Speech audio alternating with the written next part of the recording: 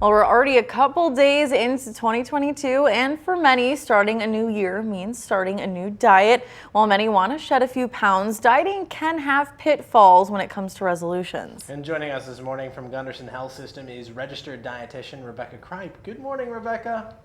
Good morning. So what are some of the pitfalls of dieting for a New Year's resolution?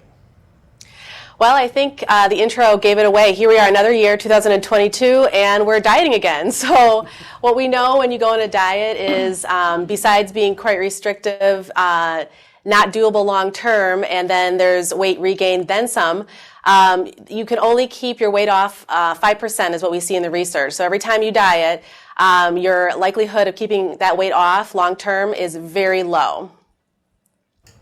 And I personally don't like the word diet. I feel like that a lot of people are starting to not like that word because it's hard to tell if it's a real diet or, if it'll have a lasting impact or not. So how can you kind of tell if it's sustainable or a fad diet?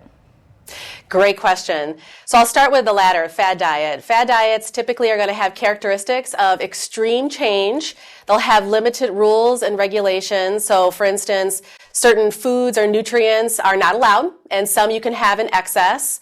They will promise one food or one type of supplement you need to take that can magically help you melt all your fat away. And fast weight loss is the other one too.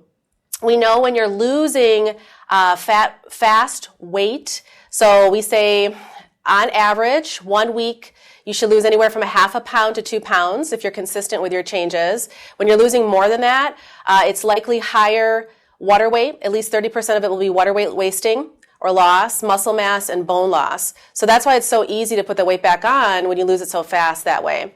And then healthy ways are what we really emphasize in our clinic to help with weight management is small, consistent changes. So we call them lifestyle changes. Whatever you do to achieve better health, you have to keep doing for the rest of your life. So think about that with your fad diets.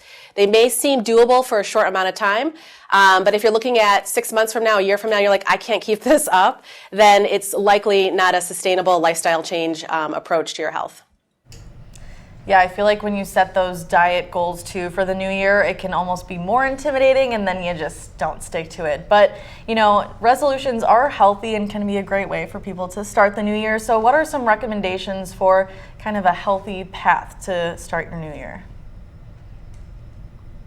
To start making changes, that would be small steps. So take it one day at a time or 1 week at a time. Don't add a whole bunch of different changes. So when you want to make a goal that essentially is making a different habit, for instance, if you haven't been drinking enough water, so critical, our body's over 60% water, we need it.